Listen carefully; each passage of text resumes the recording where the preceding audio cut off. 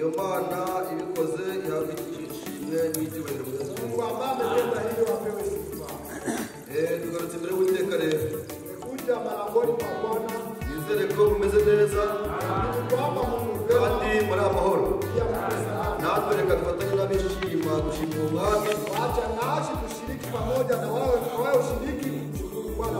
Iyo turebye sababu tukiona mambo yakipita kando na kando, ibiri kuvugwa, tunasikia mambo yanaposemeka, tubona Imana ari gitangaza. Tunaona kwamba Mungu wetu ni wa ajabu. Ese nimwanezerwa mwami?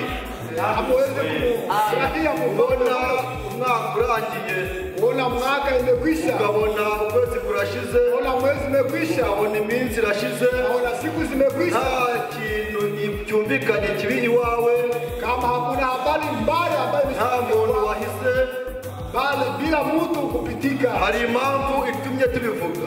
Kuna sababu ambayo hari impamvu. Kuna sababu. Uko Gerard arabiza dukorana. Sababu Gerard anajua mahali tunatumika pamoja. Familia yabo ibuze gukora impanuka. Jamaa yao imepata ajali. Kandi iyo mpanuka ntabwo ari yoroshe. Pia ile ajali ilikuwa ajabu. Ujya numvise ko ari umubyeyi babaze inshuro zitandatu. Maana tumesikia mzazi mmoja amefanya upasuaji safari 6. Inshuro zitandatu. Safari 6. Bari bakomeretse byo gupfa. Walikuwa wamejeruhiwa sana karibu ya kufa. Ariko Imana irahabaye. Lakini Mungu alikuwa hapo. Reka dushimire wabikoze. Tumshukuru yule aliyetenda.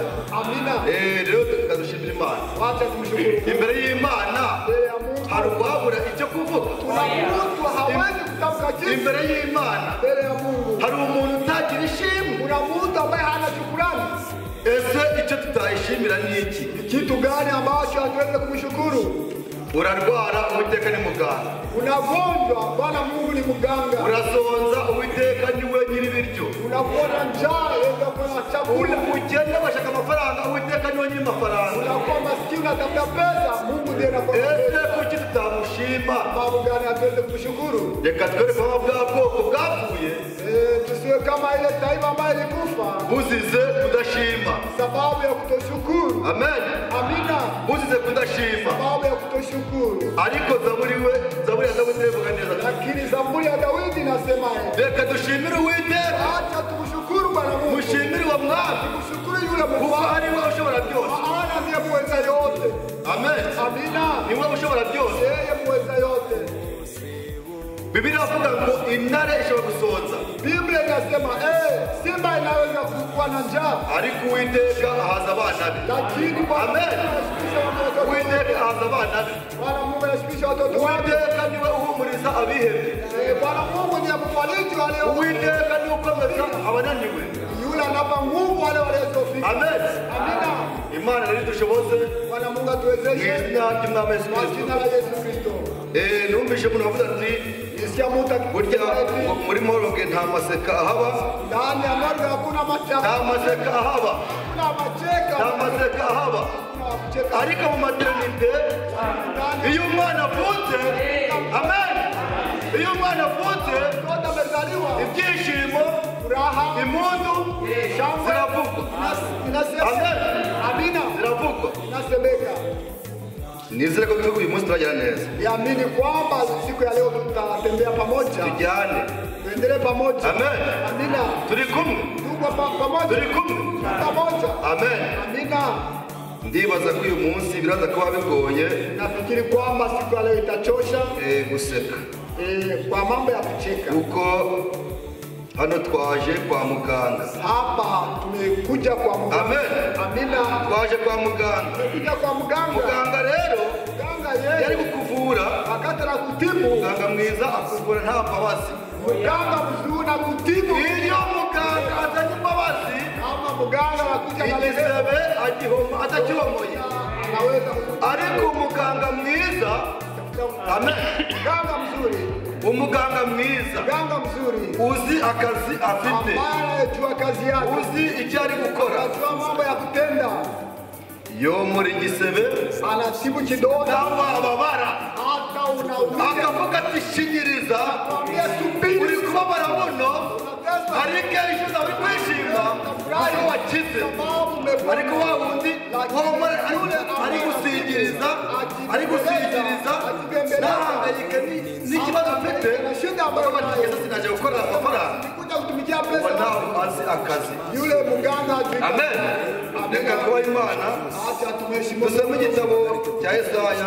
Tusome kitabu cha Isaya. Yesaya 5 Isaya sura 5 umurongo wa mbere. mstari wa kwanza. Musomyi usoma neza bamuhemaye kugira ngo n'abandi bajye basha kumva. Msomaji wa mzuri Ngo wa abatwumva n'abazatwumva wale watusikia na turi mu watakayotusikia, isi y'ikoranabuhanga. sababu tunakuwa na ndani ya ulimwengu ambayo wa maendeleo. Isi yateye imbere. Dunia imesonga mbele. Mushaka muri kumva none Leo unaweza kuwa ni n'ejo mukazabyumva hata kesho mtabyumva. ndetse n'abatari Hata bakazabyumva. na wale ambayo Kubera iki? sababu Kuko gani? Imana yatanze uburyo Sababu Mungu kureba na wa wundi uri mu bitaro cyangwa uri mu murimo utabonye umwanya na ule iko mkazi azabashe gukurikira, apashe kufuata yale mambo ambayo kandi igihe wongeye kubyumva kama umeongeza mara kusikia. hari amatungo numvise ngo burya arya akuza. Kuna fugo ambayo zinakuwa zikicheua. Njye numvise ko ari igihe hano byumva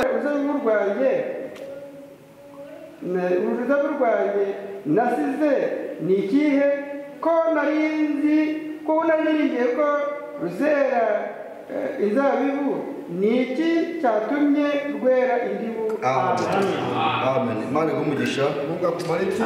Turabasha kwicara. Utaweza keti. Nene data udusomeye Ndugu ambaye atusomea nanone ayobora isengesho pia aongoze ombi ngo iri jambo tubashe kuryumva neza ili neno hili tupate kulisikia vema izina ry'umwami kwa wacu jina la Yesu Kristo. Amen. Uwiteka Mana ishobora byose, Uwiteka Mana nzima, turagushimye kandi turaguhimbaje, izina ryawe nyagucyubahiro. Dushimishwe nuko wabanye natwe, Uwiteka ukaba udushoboje kugera imbere yawe, ubereke icyubahiro mu izina ry'umwami wacu Kristo. Mwami Imana, Mana ishobora byose, Uwiteka tuje imbere yawe ntacyo tuzanye, niyo mpamvu gusabye kugira ngo ubwo tugenda nk'inkotoreza imbaraga mu izina ry'umwami wacu Kristo. Uwiteka ijambo risemewe mu matwi yacu, ndagusabye kugira ngo udukorere ibyo kurya bidutunga ubugingo muri uyu mugoroba mu izina ry'umwami wacu Kristo. Mwami Imana, Mana ishobora byose, ufate umugaragu wawe ugiye kurivugaho, umusiga umwuka wawe, natwe dusigire kumwumva no kumwakira mu izina ry'umwami wacu Kristo. Naho Satani yatuma tutakumva, Satani yatuma tutakubona, Satani y'ibitotsi, nyinesheje mu izina ry'umwami wacu Kristo. Ngwino ufate byose, uyobore byose, mbigusabirize kubikoze mu izina ry'umwami wacu Kristo. Amen. Amen. Nanone ngira mwene data twongeye kubasuhuza mu izina ry'umwami Yesu Kristo. Mimi na ndugu tunawasalimu katika jina la Bwana wetu Yesu Kristo. Tunejejwe no kuba turi imbere y'umwami uyu munsi. Tunafurahishwa na kuwa tuko mbele ya mfalme siku ya leo. Icyatuzanye rero Ambayo sababu imetuleta nuko dufite inzara n'inyota. sababu tuna njaa na kiu. Atari ya nzara y'ibyo kurya by'umubiri, Sio njaa ya chakula cha kimwili, ahubwo ni inzara yo kumva amagambo y'Imana. bali ni njaa ya kusikia maneno ya Mungu. Kandi Bibiliya iravuga ngo buri muntu wese icyamuzanye Pia Biblia inasema eti ni ngombwa akibone. Amen. Ni ngombwa akibone. lazima akipate. Nyuma y'amagambo tumaze kumva, Maneno ambayo tumesikia, reka twongereho dusome Samweli ya mbere wacha tuongeze tusome kitabu cha Samueli wa kwanza 15 sura 15 shairi ya 10 tugeze ku murongo wa 23. endelee kwa shairi ya 23. Turasoma mu izina ry'umwami wacu Yesu Kristo. Tasoma kwa jina la Bwana wetu Yesu Kristo. Bukeye iri jambo ry'Uwiteka rigera kuri Samweli, aravuga ati, nicujije icyatumye nimika Sawuli, kuko yateshutse akanga kunyoboka, ntasohoze amategeko yanjye. Samweli abyumvishe ararakara, akesha ijoro atakambira Uwiteka. Maze Samweli azinduka kare mu gitondo ngo ahure na Sawuli. Babwira Samweli bati, Sawuli yasohoye i Karumeli kandi yishingiye urwibutso, nyuma arahindukira arakomeza amanuka i Gilugali. Hanyuma Samweli asanga Sawuli aramubwira ati, Uwiteka aguhire. dore nashoje itegeko ry'Uwiteka. Samweli aramubaza ati, ariko uko gutama kw'intama kunza mu matwi no guhogerana kw'inka numva bigenda bite? Sawuli aramusubiza ati, bazivanye mu Bameleki, kuko abantu barokoye inyamibwa z'intama n'inka z'indatwa ngo nizo gutambira Uwiteka Imana yawe, naho ibindi byose twabirimbuye rwose. Nuko Samweli abwira Sawuli ati, buretse nanjye mubwire ibyo Uwiteka yaraye ambwiye iri joro. Aramubwira ati, ivugire. Samweli aravuga ati, mbese nubwo wigayaga ntiwagizwe umutware w'imiryango y'Isirayeli? Uwiteka ntiyakwimikishije amavuta ngo ube umwami w'Isirayeli, kandi akagutuma muri urwo rugendo akakubwira ati, genda urimbure rwose ba banyabyaha b'Abameleki, amena, ubarwanye kugeza aho bazashirira. None se ni iki cyaguteye kutumvira Uwiteka ukikubitira iminyago ugakora ibyangwa n'Uwiteka? Amen. Iri ni ijambo ry'Uwiteka muri Samweli. Amen. Ariko hirya muri Yesaya batubwiye ati, lakini kando ndani ya Isaya balisema eti indirimbo y'umukunzi n'uruzabibu rwe. Amen. Niba mwabyumvishe neza, indirimbo y'umukunzi n'uruzabibu rwe, wimbo ya mpendwa na mgomba wake. Ati, reka ndirimbire umukunzi wanjye indirimbo y'uruzabibu. Mpendwa wangu nari mfite insina y'urutoke nziza, nilikuwa na mgomba wangu nzuri, ariko urwo rutoke akaba ari insina, lakini ile mgomba ilikuwa shina. Nateye nzikizera umuzabibu, nilipanda nikijua kwamba ariko kugira ngo yari uruzabibu yera indimu, lakini ilikomaa kumzabibu. Amen. Iyo nsina y'uruzabibu aho ngo yere uruzabibu, ile mgomba kusudi komale mgomba yera indimu, komala kitika cha pori. Noneho ari kubaza ati, anauliza eti, ese icyo nakoze ni kitu gani ambacho ese icyo ntagukoreye ni kitu gani ambacho sikutendea? Ese icyo nasize kitu gani niliacha? Niki? Ni kitu gani? Niki? Ni kitu gani? Niki? Ni nini ambacho urwo ni urubanza? Ile ni masana. Sinababwiye ngo hano twaje mu bitaro. Sinibambia kwamba hapa tumekuya kandi hano turi mu rukiko. Pia tuko mahakama. Urubanza ruri imbere yawe. Ndani mahakama iko mbele yako. Urubanza ruri imbere yanjye. Tribunali iko mbele yako. Turi kubazwa ngo tunaulizwa eti igituma sababu gani tutera, sababu gani tudakora ambapo hatutendi iby'ijambo ry'Imana rishaka, ambayo neno ambalo linahitaji. Niki? Kitu gani? Umva, sikia, nafashe umwanya, nilikamata muda, ndagenda ndahinga, nikakwenda kulima, ndacukura, nikachimbua, fata umwanya munini, nikakamata muda mrefu, uruzabu ngenda ndarufumbira, ngomba wangu nikaipa guhereza ifumbire ihagije, leo ya kutosha, kandi rwari rw'ubwoko bwiza cyane, ilikuwa kabila nzuri. Amen. None amacuka rw'ina pia nilichimba ndani shimo, niligiye konza sababu nilijua kwamba nzabona umusaruro muri urwo ruzabibu. Amen. Fata umwanya, nikakamata muda, nubaka inzu ndende, jenga nyumba mrefu kugira ngo ndurinde, sudi nipate kuitunza, ndetse nshaka n'urupangu, nikakamata hata urupangu ndazitira kugira ngo nimara kwera bya byonyi ambavyo vinaweza kuiharibu. Ibyonyi murabireba, unaona ibyonyi murabyumva, wana vitu ambavyo ashyiraho urupangu akaizungukisha kugira ngo ntazagira ikirgoja Kwa kitu ambacho kinaweza ararukorera di akaitumikia ararukorera akaitumikia ariko atangazwa nuko lakini alishangazwa igihe gishize ari kinini wakati ilipita muda mrefu nakwera hakuna kukomala. muri kubyumva nawe Unasikia nani? biteye agahinda Inaleta huzuni. uzi imyaka maze Unajua miaka Wamaze iki? imekwisha, ulimaliza nini? uzi igihe tumaze Unajua muda ambao tumemaliza, ibyo wumvisha wabituyemo yale ambayo ulishika basi uliishi. amazi uri kugotomera buri munsi Maji ambayo unakunywa kila wakati, wadaha amazi twinywere tupe maji tukunywe. amazi urabona buri munsi Maji unaipata kila wakati, ifumbire ukayibona buri munsi mboleo nayo unaipata. ni iki gituma utera Ni kitu gani kinaacha haukomai? waruzabibuwe Wewe mgomba mbaya.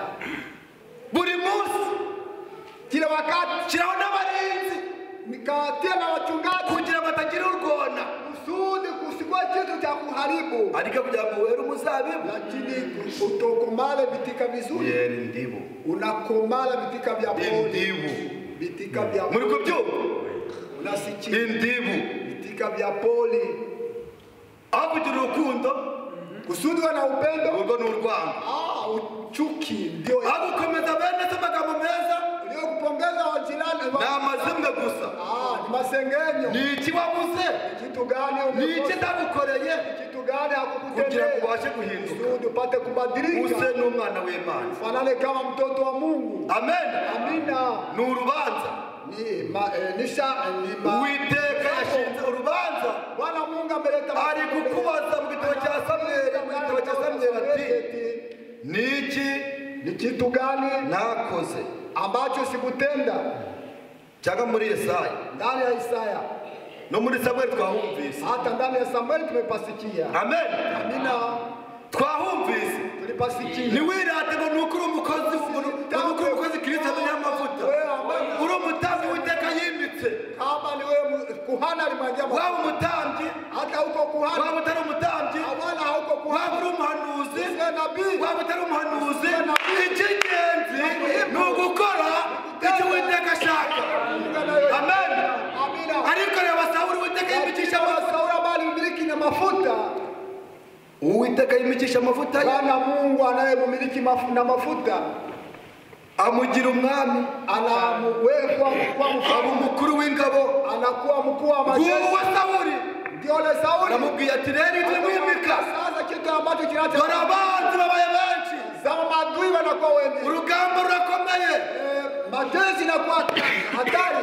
fata intwaro Shika upanga, cyaza intwaro shika upanga, wambare urugamba vaa katika vita, ugenda abamaleki bose n'abanyabyaha urimbure wote waangamize, bose ukureho wote ondoe, kandi ntagire kimusiga na kitu cha kuacha ari amatungo yabo apfe ibyabo byose mambo yao yote, ibyabo byose mambo yao yote, ntihagire kimwe usiga na kitu cha kuacha. ibyo ni ijambo Ile ni neno uwo yari atumwe ambayo alimetumwa. iyo utumwe yitwa intumwa Wewe ni mjumbe, amen wowe uratumwe wewe ni mjumbe, uhawe akazi umepewa kazi, akazi aho ni akahe kazi ambayo umepewa naho kugira ngo urwanire ishyaka kusudi upigane ari abanyabyaha bose wale ugende babwire mu izina ry'uwiteka wengi wamewekwa jina la Bwana. amena Amina. aho mutuye Wale manakaa muhindure amarembo y'abanzi geuza malango imyambarire yanyu igaragare ko muri abakristo onekane kwamba ninyi wa Kristo, imivugire yanyu masemi yenu igaragaze ko muri abakristo onekane kwamba ninyi wa imigendere yanyu mwenendo wenu. ngo dore uko agenda ati Tazama vile ngo anatembea. n'ingendo ze Na mwenendo ngo n'uburyo agenda na mwenendo ngo wake. burabigaragaza uwari Yakobo dore ingendo yahindutse ugera agakitwa Yakobo Angali tena ntabwo Yakobo, akitwa Yakobo kundi angali anaitwa Yakobo, ahubwo yiswe Isirayeli anaitwa Israeli, yiswe Isirayeli kubera iki anaitwa Israeli kuko sababu yahuye n'uwiteka amena kuko yahuye n'uwiteka Hao wamekutana na Bwana Mungu. nguwo Sawuli Ndio ule Sauli ageze mu ntambara amefika ndani ya vita, Agagi mukuru wa dayimoni hadi mkuu wa ngo waramuzanye amemleta, bwiza intama nziza ndio arazizanye amezileta bwiza inka nziza ng'ombe nzuri, arabizanye anavileta. Samweli aramubaza ati Samueli akamuuliza eti, ese Sawuli Sauli, kuvuga ati wakoze umurimo uwiteka yagutumye. Umetenda kazi Bwana amekutumana. Ibyo bintu numva amatwi yanjye Sasa vile vitu vinayamba ndani ya masikio ibiki? yangu. Ni vitu gani? Ayo majwi numva amatwi yanjye, Sauti ambayo nasikia ndani ya masikio. intama ziri gutamatama, Kondoo ambazo zinayamba. izo nka numva ziri Kondoo kwabira, ambazo zinayamba. zavuye he? Zimetoka wapi? Amena. Amina.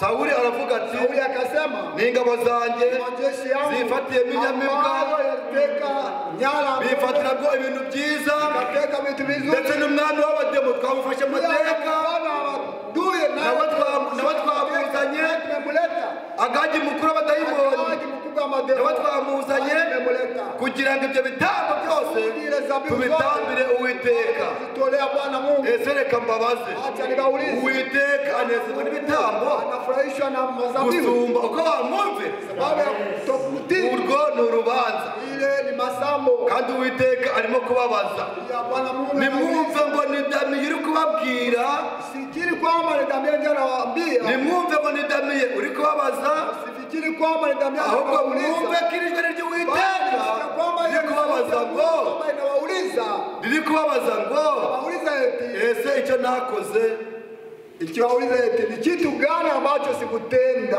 ni iki? Ni kitu gani ambacho sikutenda? Aho hantu hari agakwesheni, Pale kunakuwa alama ya kuuliza, nawe ubyibazeho, na ujiulize, nanjye mbyibazaho. nami nijiulize. Umugani w'uruzabibu, Mfano wa mzabibu, icyo ntarukoreye nari kitu gukora, gani ambacho siko sikutenda? badusomeye. Sikia walisomea. Ni kitu gani ambacho, Ni ikihe mwene data? kitu gani ndugu? Ni ikihe mushiki wanjye? Gani dada? Noneho Samweli abwira Sawuli ati, umva Samuel akamwambia Sauli eti, ijambo ry'Uwiteka, neno la Bwana Mungu, ubwo wigayaga kandi bila ulizilaumu wewe, ariko imana yakwimikisha amavuta, lakini Bwana Mungu alikumiliki kwa mafuta, ukaba wakoze ikizira imbere y'Uwiteka tenda na jinsi mbele ya Bwana Mungu, cyo kutumvira Imana. kutii Bwana Mungu, Umva, kutumvira byonyine, kutii kwako Uwiteka gukwiye ku ngoma. Amen. Uwiteka gukwiye ku ngoma. Bwana Mungu amekuondoa ndani ya utawala. Nawe umva, yari arimikishwa amavuta. Pia alikuwa amemilikiwa na mafuta. Burya bivuga ngo icyo waba uri cyose Seme kwamba ukiwa wayo yote ntukabyirate, usijitape. uwirata wese Anayejitapa yoyote yirate ko afite umwami. Amen. Yirate ko afite umwami. ajitape kwamba yuko na Kandi burya turi kwihuta kumbe kuko tunaharikisha umunsi wa noneho ku wa gatandatu siku ya leo ya siku ya sita, aba ari umunsi mugufi cyane. sababu ni siku fupi sana. Tuvuga amagambo Tunasema maneno kandi kugira ngo iyo jambo ribe ari rike rifite akamaro mu mitima yacu. ile neno iwe fupi, lakini Amen. maana ndani ya moyo Ribe yetu ari rike iwe chache, ariko rifite akamaro mu lakini mitima ina yacu. thamani ndani ya mioyo yetu. Tukiri ku gitabo cya Samweli Ngale ndani ya kitabu cha Samueli 5 havuze hati, sura 5 inasema eti, sura 5 cyangwa dusimbuke gato wala turuke kidogo tujye kuri 22. twende kwa 22. Samweli aramusubiza ati, mbese Uwiteka yishimira ibitambo byoswa n'ibindi bitambo kuruta uko yakwishimira umwumviye? Erega kumvira kuruta ibitambo, kandi kwitonda kukaruta ibinure by'amasekurume y'intama. 23. Kuko ubugome busa n'icyaha cy'uburozi, kandi mudakurwa ku ijambo asa n'uramya ibishushanyo bya tarafemu. Amen. Mudakurwa ku ijambo bavuga ngo reka abasore bagomba kwifata gutya, goya ukifata uko ushaka. Bavuga ngo abafura bagomba kwifata gutya, oya ukifata uko ushaka. Bavuga ngo ni gukora gutya, ijambo ry'Imana rivuga gutya, nawe batareka ni gutya. Ibyo wabikuye he? Itoshe wapi wewe? Urubanza imbere yawe, Mahakama mbele yako, mudakurwa ku ijambo, asiondoa kwa neno ngo ibyo ukora yale unayoyatenda ngo bisa n'icyaha cy'uburozi. kwa kama zambi. Amen. Uburozi si ugutamika gusa, Sio kuweka ndani ya n'amagambo mabi ni uburozi. mabaya, ni ulozi. Ati kandi ukora ibyo Anayotenda ile asa n'usenga ibishushanyo. anakuwa kama yule anayoabudu. Amen. ibishushanyo Naabudu sanamu ngo na terafimu na terafimu. ngo ubwo wanze ijambo ry'Uwiteka Ulikataa neno la Bwana. ngo nawe yanze kuba ku ngoma. Kwamba uwe katika utawala. Sawuli abwira Samweli ati Sauli akamwambia Samueli eti naracumuye niliasi. ubwo nishe itegeko. Niliwa sheria. Amen.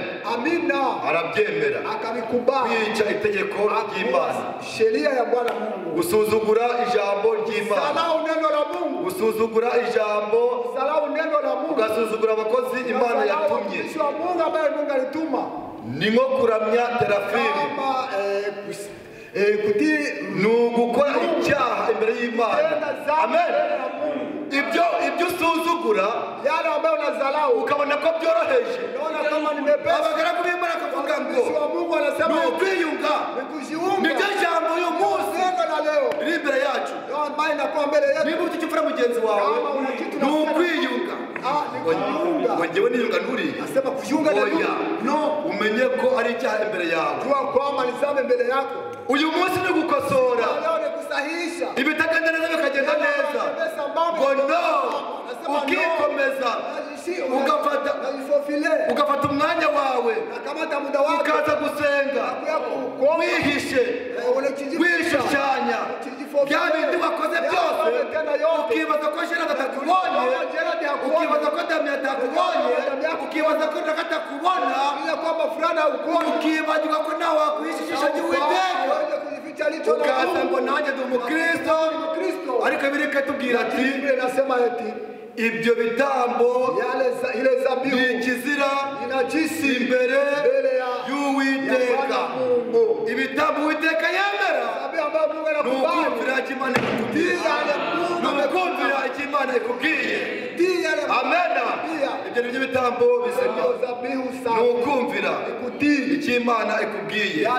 Ariko uyu munsi amagambo turiho mu rubanza. Ese mu rubanza hari amaseka? Ese mu rubanza hari ibyishimo? Ese muri moroga hari amaseka? Ndani ya chumba cha wafu kuko Bibiliya iravuga ngo umwana w'Imana agomba kumanza agapfa. Sababu neno Amena. Mungu ambao ni kwa ugapfa byaha, ugapfa muri kamere ya kera, ukazuka na Kristo, hanyuma ugahinduka icyaremwe gishya. Amena. Ntukagenda wibaza ngo reka ngo twese turi bamwe, reka ngo ni abakristo babaho. Umusambanyi yabonye abantu bose yibaza ko ari abasambanyi. Oya, niyo mpamvu kubona umugabo ugira irari ugenda arikira ababonye bose, nta muntu yakwemera ko amusura atari mu rugo. Akubwira ati waruje ariko simpari, kuko yibaza ko ibimurimo n'ibikurimo.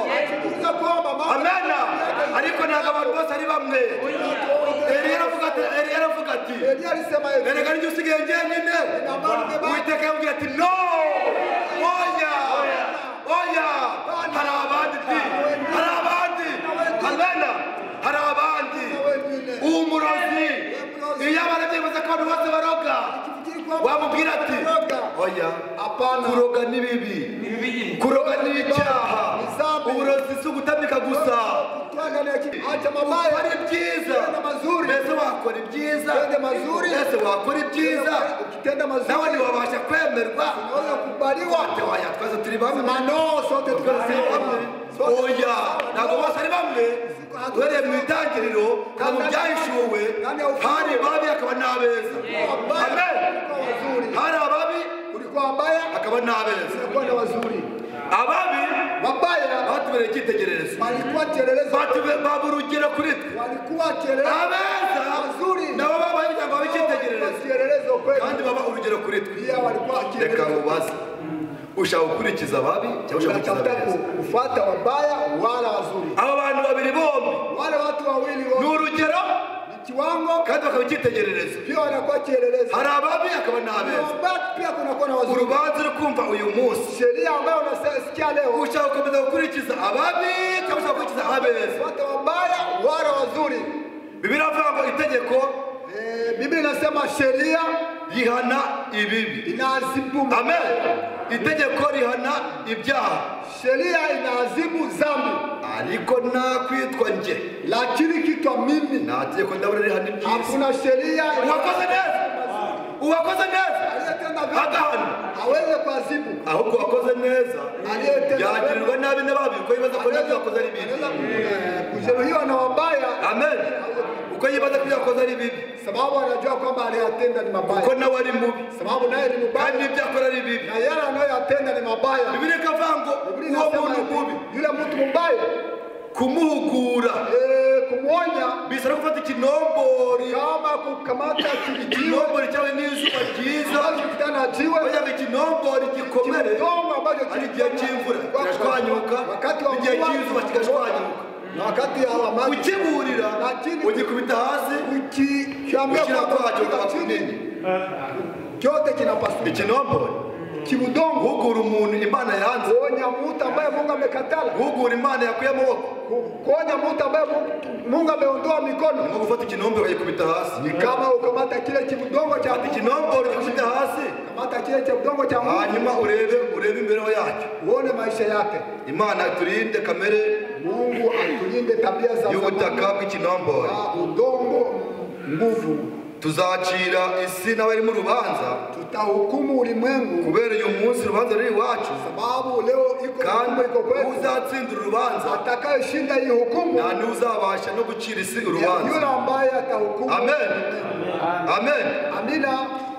Ndabona amasaha kugenda, ninaona saa zinayoyoma, hatuhitaji kuwachelewesha. Reka tusome Abaheburayo, wacha tusome kitabu cha Wahebrania, tumve naho icyo batubwira, sikie mambo ambayo watatueleza. Ariko urubanza none, lakini sheria leo ruri imbere yacu, hukumu iko mbele yetu, kugira ngo bigende gute, usudi iwe je, dutsindwa n'urubanza, tukishindwa na hukumu, twabashe kubwira Imana, tupate kumwambia Bwana, kuyereka aho twatsinzwe, mahali ambapo tumeshindwa, kugira ngo duhindukire, usudi tupate kugeuka, twabashe gukora ibyo Umwami ashima, tende yale ambayo Mungu anayoipenda, hanyuma tuzabashe gutsinda urubanza, tunaweza kushinda hukumu ambayo inakaribia kuja mwisi no kubatumiza ndani ya ulimwengu na wakaaji wa ulimwengu. Amen. Amina. Abaheburayo 4, Waebrania sura 4, 2, shairi ya pili, umurongo 4 umurongo wa 2, Waebrania sura 4 shairi ya pili, umurongo wonyine hagati kwa gatatu, ni ile ya pili kwa shairi ya tatu. Aliyepata anaweza kusoma. Dusome mu izina ry'Umwami Yesu Kristo. Kuko natwe twabwiwe ubutumwa bwiza nk'aba bandi, nyamara ijambo bumvise ntiryabagiriye umumaro. Reka mwumve kuko ubu turi kubwirwa ijambo. Hivi tunaambiwa. Amen. Amina. Iri jambo ryarimo gusomwa, hii neno lilikuwa likisomewa, avuga ati ariko kuko natwe sababu nasi twabwiwe ijambo, tuliambiwa neno na babandi. Amen. Ariko ngababyumvishe, lakini wale waliosikia ntibyabagiriye umumaro. Haikuwa na maana. Kubera iki? Sababu gani? Kubera iki? Sababu gani? Endelea urubanza. Sikia ile sheria. Kuko natwe twabwiwe ubutumwa bwiza nk'ababandi, nyamara ijambo twumvise ntiryabagiriye umumaro, kuko abaryumvise bataryakiranye umutima wizeye. Amen. Amen. Amen. Muri kuryumva neza? Unasikia vema? Kuryumva neza? Unasikia vema? Ngo kuko ijambo bumvishe, sababu neno walilosikia mutima wizeye, hawakulipokea na amen, iva mu mutima cyangwa iri kuva mu magambo. Amina inatoka ndani ya moyo, wala inatoka ndani ya iyo amen iri kuva mu mutima cyangwa iri kuva inyuma ku munwa gusa. Amina inatoka ndani ya moyo, wala inatoka kuko bakira ijambo ko baryakiriye, kama neno unalipokea ariko ntiryabagiriye umumaro, alikuwa na maana kwao, kubera bataryakiriye umutima wizera. Amen. Moyo safi.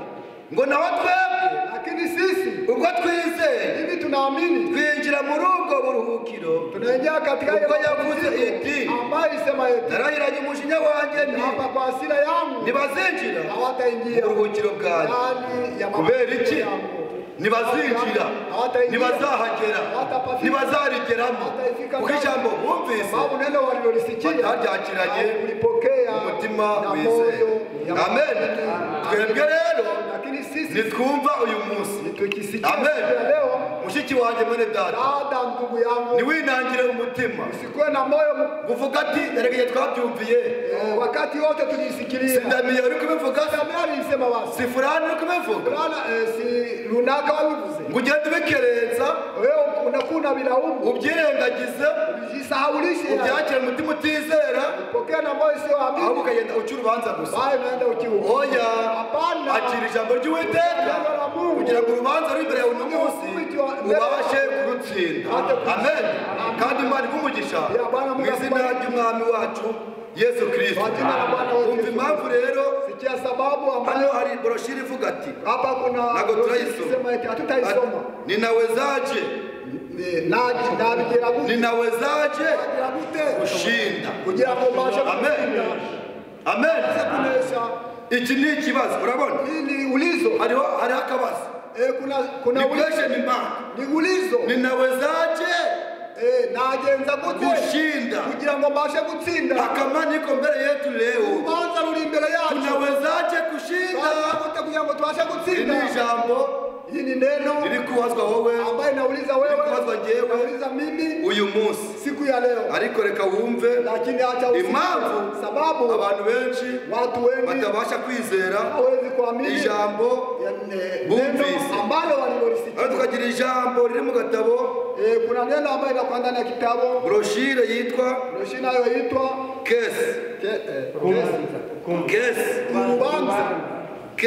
Urubanza. Ni broshire ya William Mario Branham, ni broshire ya William Mario Branham yanditswe cyangwa se yashiriweho kugira ngo iliwekwa kwa tubashe kumva no gusobanukirwa kusikia na ijambo ry'Uwiteka, neno la Bwana Mungu tubwirwa uyu munsi, ambayo tunaoambiliwa nawe nubyumva, nawe ukisikia umutima wawe moyo wako usiufanye mgumu, nuwinangire umutima, moyo wako usikuwe ngumu, umutima wawe nuwunangire, umutima wawe moyo wako ubashe koroha, ubashe kwa nyepesi, kugira ngo wumve amagambo y'Imana, upate kusikia maneno ya Mungu, ubashe gutsinda, upate kushinda hukumu. Urubanza iko mbele yetu leo, urubanza ruri imbere yacu. Noneho reka wumve, wacha usikie abatizera, wale wasioamini, ituma batabasha ambayo hawezi kwakira amagambo y'Imana, maneno ya Mungu. Tutasoma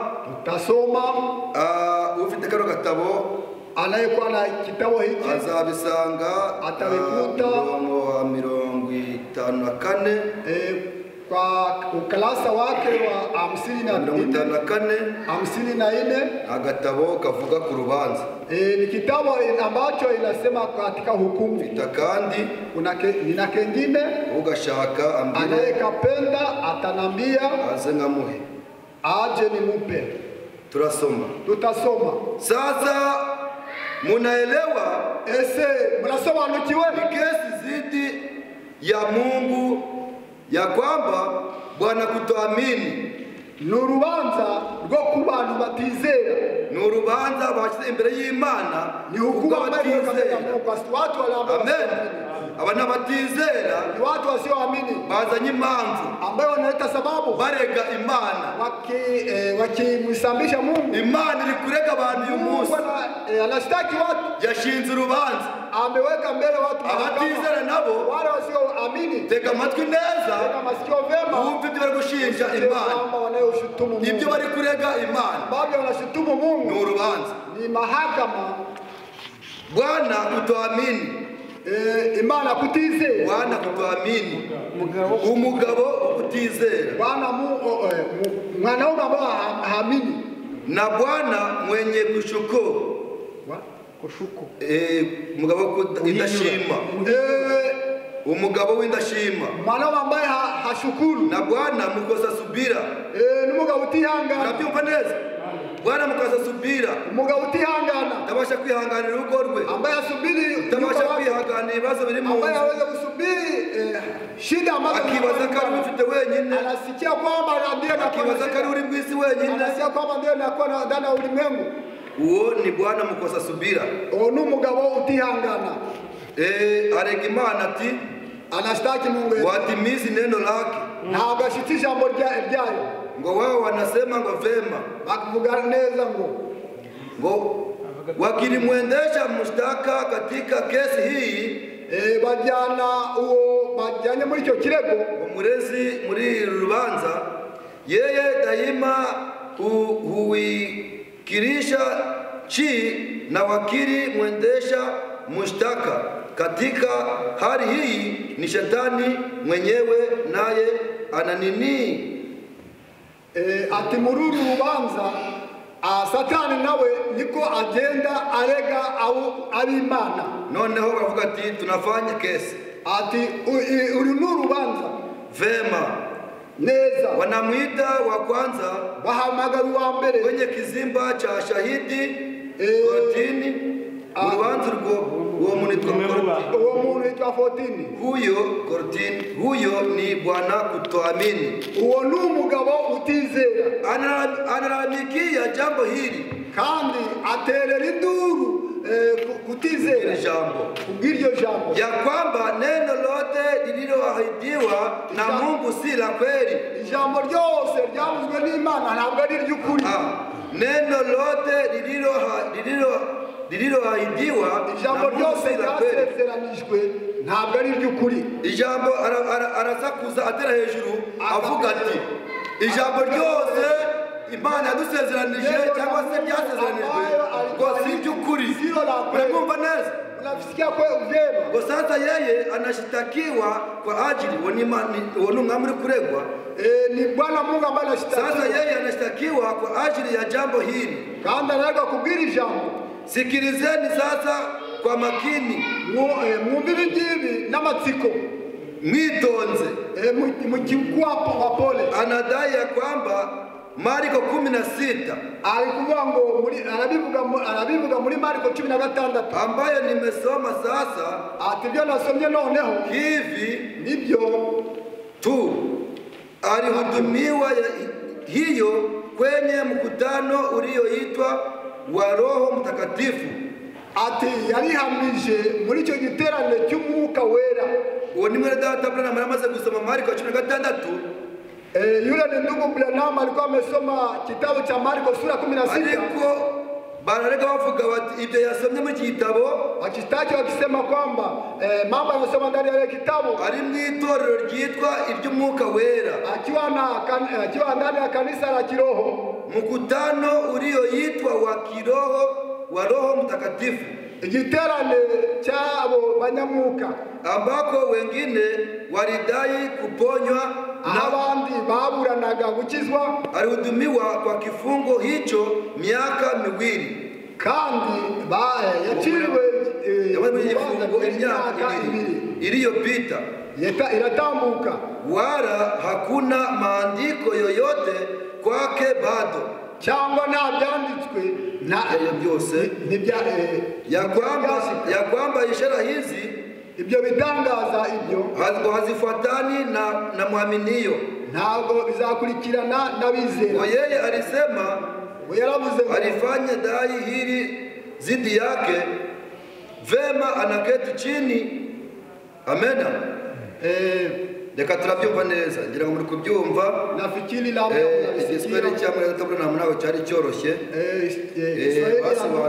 Basobanuraga ari mabwiriza. Swahili sanifu cyari igiswahili kitoroshye, ilikuwa Swahili ambayo ni ngumu, turagerageza kubyumva neza. Tunajaribu kusikia uko ari mabwiriza mu Cyongereza, vile alikuwa anahubiri abandi basobanura, wengine burya rero kumva insobanuro byoroshye nko kumva neza wewe ubwawe yumviye.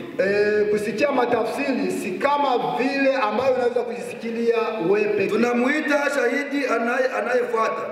Duhamagara undi muhamya ukurikira. Huyo ni Bwana Kushukuru, uoni umugabo udashima, naye anachukua maandiko ya neno na wafata ibyanditswe by'ijambo ya Mungu ry'Imana. Kitabu ya Yakobo 5:14, Yakobo 5:14, kwamba wazee waliitwa kuko abasaza bahamagawe cyangwa bakuru b'itorero, wazee waliitwa naye katika wakati wa mafuta na kuombewa. Abakuru b'itorero bahamagawe kandi basizwe amavuta bamusengera musiza mafuta, na hiyo Walimwombea wakimpaka mafuta. na hiyo ni zaidi ya mwezi mmoja Kandi aho ni kurenga ukwezi kumwe. uliopita, Ukwezi kumwe kurenga. wala hapajakuwa Cyangwa mabadiliko lolote kwake, kuliwe. ngo nta na kimwe cyahindutse kuriwe. Hakuna mabadiliko kwake. Kwa hiyo anajua ya kwamba kuri ibyo aziko hilo si sahihi, ntabwo ari ngombwa. anamuita Mungu, Mwamagara Imana, amagara Imana na kumushtaki Mungu no kurega Imana kwa ajili ya jambo hilo. ubwiryo jambo. Amina. Shahidi anayefuata umuhamya wakurikiragaho ni Bwana Mukosa Subira, ni wa wundi utagira kwihangana n'ubundi. ni jamaa mbaya sana, Ni umuryango mubi cyane. vema. Byukuri Bwana Mukosa Subira yeye uwo mugabo utarihanganaga anadai ya kwamba we akomeza nawe gutanga ibisobanuro cyangwa kurega. alisoma kutoka katika neno la Mungu, Yasomye kuva ijambo ry'Imana, yasomye abikuye mu jambo ry'Imana katika Marko 11:12 yasomye Marko 11:12 na 23 na 23 ya kwamba kubera ko wakati unapoomba, igihe usenga, kama uliamini niba wizeye ya kwamba ulichoomba kandi ni usenga ugiye wizera ko usenga unapokea, ujye ucyakira neza na kitakuwa chako. kandi kizaba ari icyawe. Naye anasema ya kwamba aliomba nawe aravuga ngo nasenze upate kuweka ubone gushyira chini mikonjo, sinzi kino giswe kivuga mikongojo yake, urabyumva neza tiza hepfo. Baada ya hale aliomba, hanyuma y'ibyo kuweka mikongojo yake chini, na hiyo imekuwa ni miaka 5, kandi ibyo byanganaga n'imyaka 5. nko gusenga saba ko agomba gukuraho ikintu cyangwa se ndavuga ati ufite kwizera wabasha kuri ariya misozi yose ikamanuka. Kama unaomba unaweza kuambia Mungu hata mlima yule unaweza kuondoka. Ngariko kuva asabye ibyo asenze, tangu ile wakati aliomba, wamaze gutambuka imyaka 5, umekwisha pita miaka 5, ngo wala hajaweza kuiweka chini tangu wakati huo, kandi kuva icyo gihe kugeza na n'ubu ntabwo arabasha gukora ibyo. muri kubyumva neza? Urabyumva neza? Ibi ni ibintu bari kuvuga ambayo wanasema bibuza abantu, ambavyo inakosesha cyangwa bituma abantu batizera, wala binazuia watu ushaka kubyumva kuba byoroshye, unasikia kwamba ukagenda nawe, ariko mu gihe babivugiye, lakini tangu wakati walivisemea, igihe twabwirijwe, wakati urumva uyu mugabo kutihangana, ule mume ambaye yabwiwe ko aliambiliwa ufite kwizera, icyo usabye ugihabwa. kila kitu ambacho ariko rege Imana ati imyaka yose itambutse ari 5, mbona kuna kwisha ko ntacyo ndabona, mbona sijapata kitu. ubyumva neza? Sikia vema. Ese waho ibyo ntabwo byabiri muri wowe?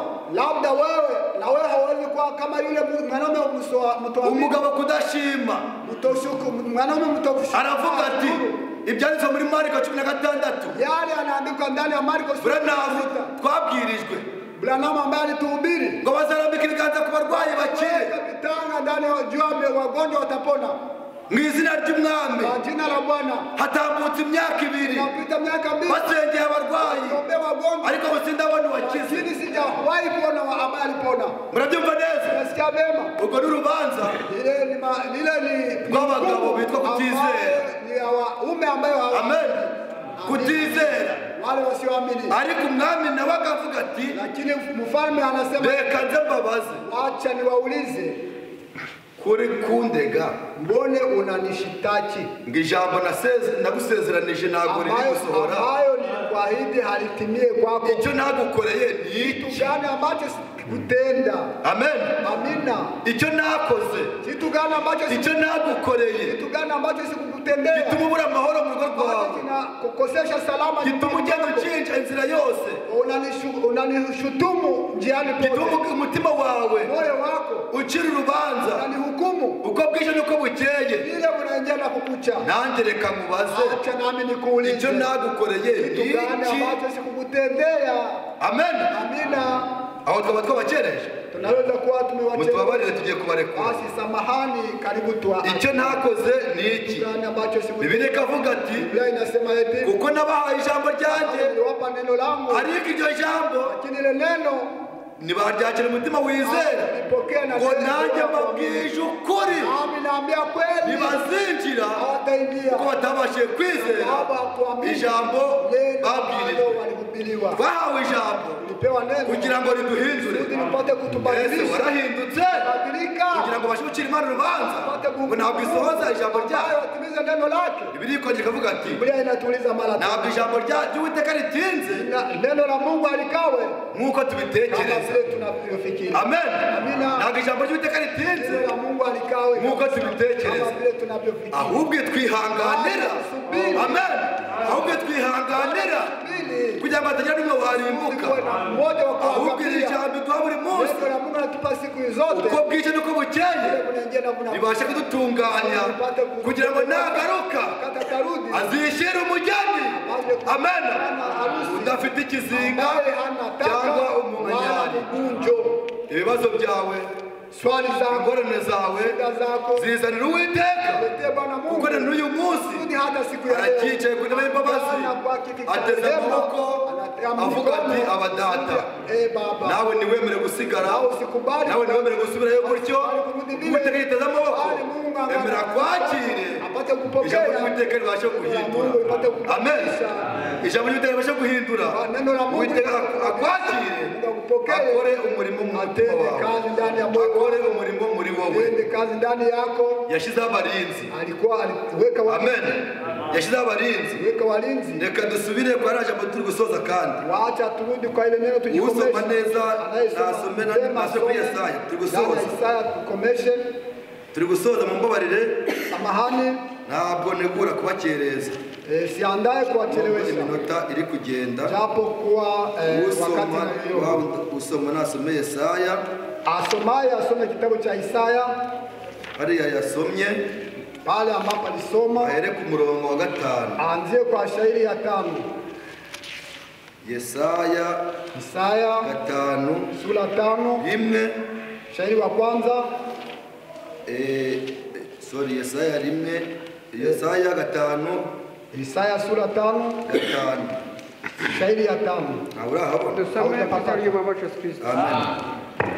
Noneho rero reka babwire ibyo ngiye gukorera urutoki rwanjye. Amen. Nzasenya uruzitiro rwarwo muri kubyumva neza rwose. Muri kubyumva neza. Reka mwumve ongera frere buretse gato. Reka mwumve sikieni nyuma y'urubanza, nyuma ya sheria utsinzwe n'urubanza, anayeshinda sheria utsinzwe anayeshindwa n'urubanza yumve icyo agiye gukorerwa, asikia mambo ambayo anatendewa. Yesu tiratsindwa n'urubanza ntiwakorerwa hindukira mbele bado hajashindwa na hukumu. Kuri iki jambo ry'Imana rishaka kama vile neno linapenda. Soma umurongo wa 5 soma shairi ya 5 usikie. Noneho rero reka babwire ibyo ngiye gukorera urutoke rwanjye. Nzasenya uruzitiro rwarwo maze rwonwe rwose. Ngo nzasenya uruzitiro rwaho nenarazitiye kiriho korotire, ariko ubwo rwanze kwera nicyo cyatuma nkomeza gukoreza amazi yanjye, nicyo cyatuma nkomeza gushyiramo ifumbire, nicyo cyatuma nkomeza kurukorera kandi nanize kururera ngiye gusarura nka buri mbuto murambo mucyo agiye gukora. Sasa sikia kitaratafuta komeza frere, endelea ndugu yangu. Senye n'inkike yarwo, senye n'inkike zaho, taboma upangu wake runyukanyukwe kandi nzarurimbura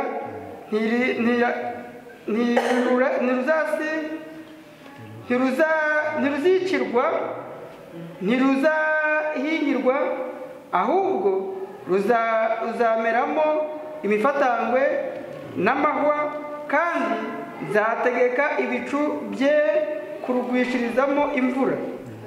Kuko urutoki rw'Uwiteka Nyiringabo ari inzu ya Isirayeli n'Abayuda. Murabyumva neza? Nasikia kusobanukirwa. Malaika mmekwisha kuelewa. Shaka wagarira aho ngaho. Kipenda leo simamia hapo. ni mutaye muri kumva ngo urutoki, usikie kwamba ni mgomba, mutaye muri kumva gusa ngo ni uruzabibu, usikie kwamba ni mzabibu. nakubwira ati burya urubanza ruri imbere yacu, hukumu iko mbele yetu. ni wowe uri kubyigwa ni njyewe, ambayo naambiliwa ni mimi ambayo ninaambiliwa, ni njye ubwirwa ni wowe ubwirwa, mimi naambiliwa ni wewe unaambiliwa. ngo none ubwo mwanze kumva, Sasa hivi mmekataa nubwo kusikia, mwanze kwera, mmekataa kukomaa, mwumvishe ibizakurikiraho. sikia mambo Niyo mpamvu itafuata. uzasanga Ndio maana ahari hose hari guca urubanza gusa, hukumu, nta kintu cyiza yakora, kitu nzuri ambayo nta kintu cyiza yavuga. kuna kitu nzuri. Kubera iki? Sababu gani? Urupangu wari muzitiye rwavuyeho. Muziti Amen. mama ilikuwa Urupangu rwavuyeho, mpango wake yaranyukanyutswe, ilikwisha kuharibiwa, habaye ubwone. ilikwisha kuharibiwa. Nta cyiza wamwumvana, Kuna kitu nzuri, nta cyiza cyamuvaho, kuna kitu ambayo inatoka kwa ni ibitutsi gusa, makufuru tu, ni ikibazo gusa. shida. Amen. Bila Kubera iki? sababu gani? Kuko ubwiza bwari bumuriho, Uzuri ambayo Bwakuweho. ilikuwa ilikwisha kuko kuondolewa. nta cyiza cyamuvuyeho. Hakuna kitu nzuri Amen. ambayo ilitoka kwake. Twere imbuto zikwiriye abizera bene data, Hai mbegu ambayo inastahili wa twere imbuto zikwiriye abakijijwe. tukomale mbegu Amen. ambayo inastahili waamini. Dusoreze kuri uyu murongo uri muri Mariko, Shahiri ya ndani ya Marko, Mariko 15 Marko sura 15 umurongo wa 3. shahiri ya 3. Maze abatambyi bakuru bamurega byinshi. Pilato yongera kumubaza ati, mbese ntacyo wireguza? Amen. Muri kumva ko abantu nabo bamushyira urubanza, Unasikia kwamba na watu ambao abatizera bamushyira urubanza, wasioamini wanamweka hukumu, bakamurega byinshi, wanamhukumu mingi, ariko nawe akadushyira urubanza lakini na ati icyo atakoze, kitu gani icyo atadukoreye ni iki? kutendea Urubanza uyu munsi. Siku ya leo ngo none ko bakurega byinshi, wone wanakushtaki uwo ni Yesu ajyanywe imbere ya Pilato. Yesu ambaye amewekwa mbele ya Muri Mariko 15 ndani ya Marko sura 15 ushatse ku murongo wa mbere ukamanuka hepfo ukumva ibirego barega Yesu, ya mashtaki ambayo kugeza igihe wanamshtaki bamujyanye kwa Pilato. mpaka wakati wamemweka mbele ya mahakama. Ese Yesu uwo uzira akarengane, Yesu yule ambayo anasulubiwa kwa Arazira iki? Anafia, anafia nini? arazira wowe nanjye, Anafia mimi na wewe, ariko araregwa lakini ashtakiwa ibyagomba kukurega yale ambayo niwe bari kubirega. ni yeye ambaye wanamshtaki. Ariko noneho nyuma yaho Lakini sasa baravuga baadaye ati none ko bakoreze byinshi, wone wanamshtaki mambo mengi, wakwisobanura, sujitetee, wakwiregura.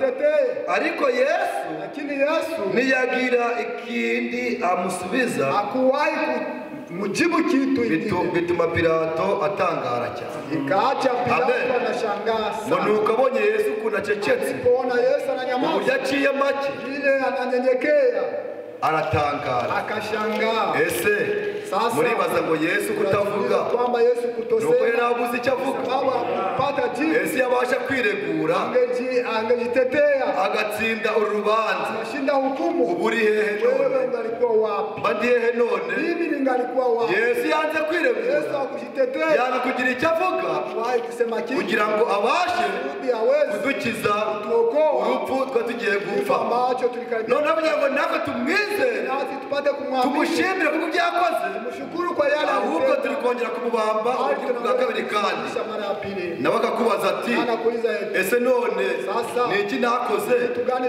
kugira ngo kusudi mbashe kugukiza? pate kuokoa, Ni iki nakoze kugira ngo ubashe kumbamba ubwa kabiri? kunisulubisha Ngo nuko Yesu araceceka rwose.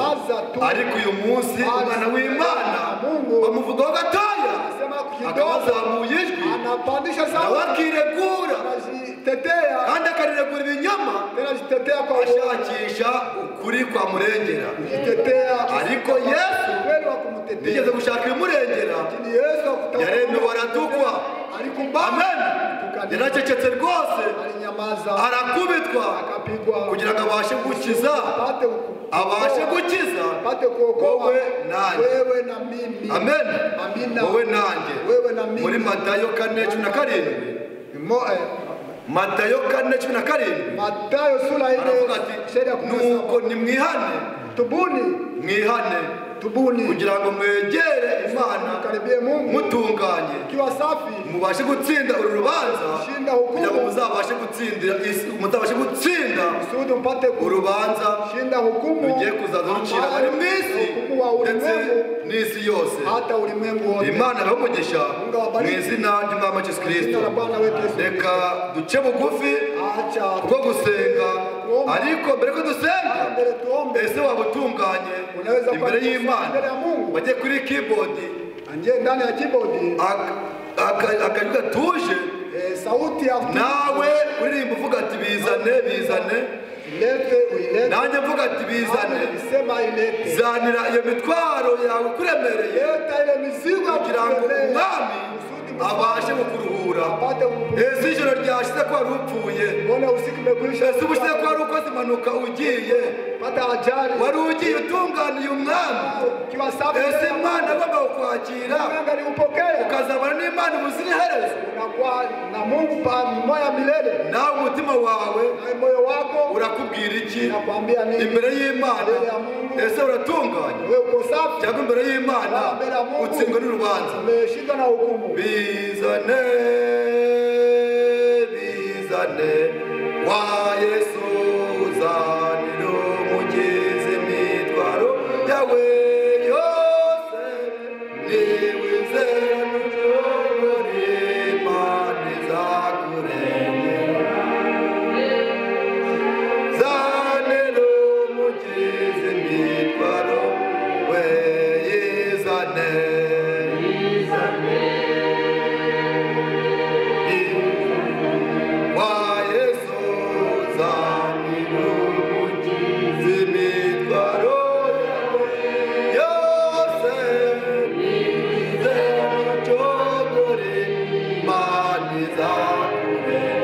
Bagikomeza kuririmba ukaririmbo, ese ntabwo wabasha kuza imbere y'Imana ukabasha kwatura ibyaha byawe ukabwira Imana ibikuruhije, cyangwa nawe icyawe ni ugucira Imana imanza, icyawe ni ugucira abana b'Imana urubanza?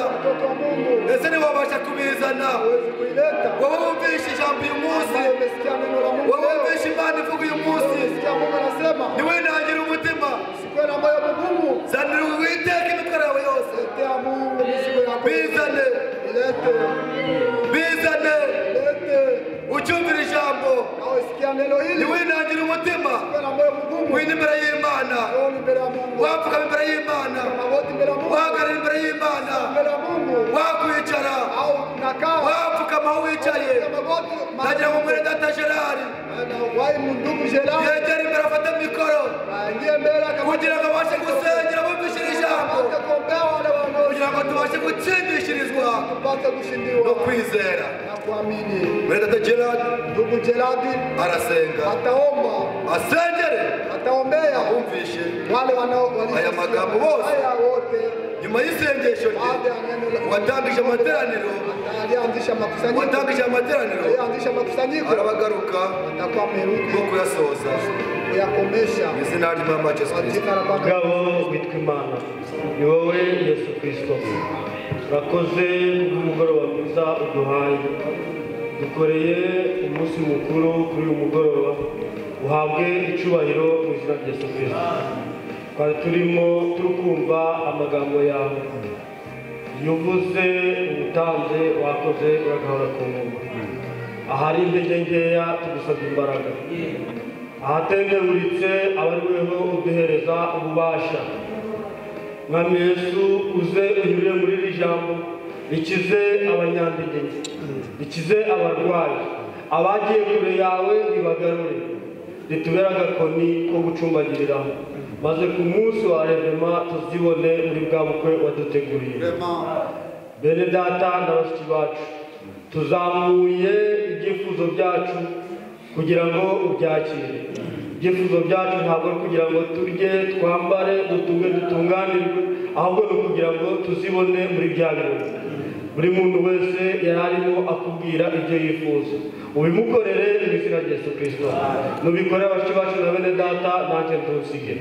Nubidukorera wibuke n'umugaragu wawe wakoresheje, udutuze muri aya magambo kugeza ku munsi wa arevema uzasange twiteguye ubane natwe n'ibice byose bisigaye tugumye kubishyira mu biganza byawe abarwayi batahe bakize dusabye mu izina rya Yesu Kristo Imana ibamugisha izina